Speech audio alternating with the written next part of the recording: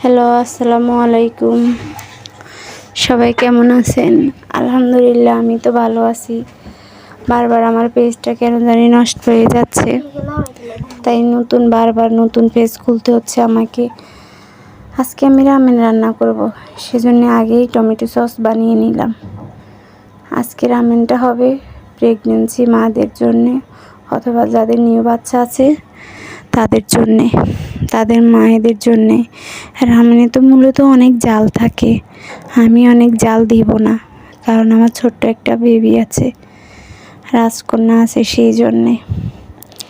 তার সুখটাই, তার শারীরিক সুস্থতাই আমার শান্তি, আমার সুখ। এই যে আমি প্রথমে পানি গরম করে নিলাম, পরিমাণ মতো পাতিলে পানি দিয়ে দিব।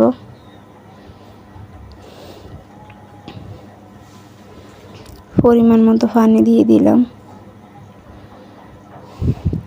পানিগুলো হালকা গরম করে ঢেলে নিয়ে তেল দিয়ে দিলাম, রসুন ফোড়ন দিয়ে দিলাম। ভালো করে নেড়ে ছেড়ে লাল লাল করে ভেজে নিলাম।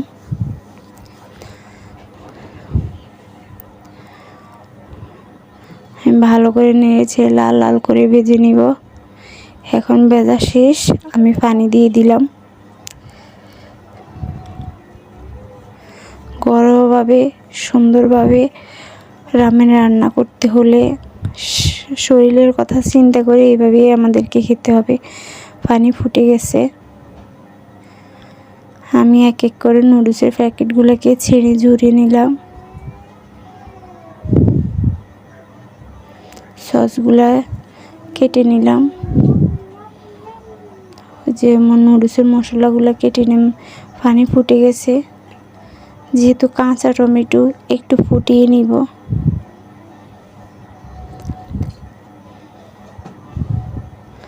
আমি এখন 2 মিনিট 3 মিনিট ভালো করে ফুটিয়ে নিলাম টমেটো সস। তারপর নুডলসের মশলাগুলো দিয়ে দিলাম। এখন একটু নেড়ে ছেড়ে 10 মিনিটের জন্যে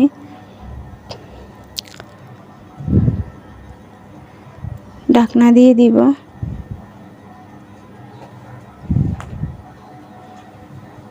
ভালো করে ফোটানো হয়ে গেছে, আবার ঢাকনাটা খুলে একটু নেড়ে ছেড়ে দিব। হালকা একটু লবণ দিয়ে দিলাম, যেহেতু আমি এখানে বাড়তি পানি ইউজ করলাম, সেজন্য আমি লবণ দিয়ে দিলাম।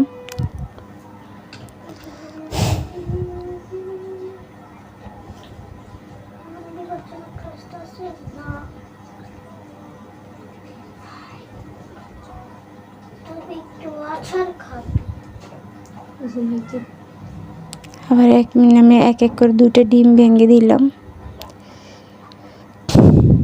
আপনারা চাইলে নাও দিতে পারেন, কারণ এখন আমি রামেন রান্না হয়ে গেছে। এখন আমি সার্ভ করে নিব। এই যে আমার ঝাল ছাড়া রামেন রান্না কেমন হলো সবাই কমেন্ট করে জানাবেন। ভালো লাগলে অবশ্যই শেয়ার করে দিবেন, শেয়ার করতে ভুলবেন না যেন।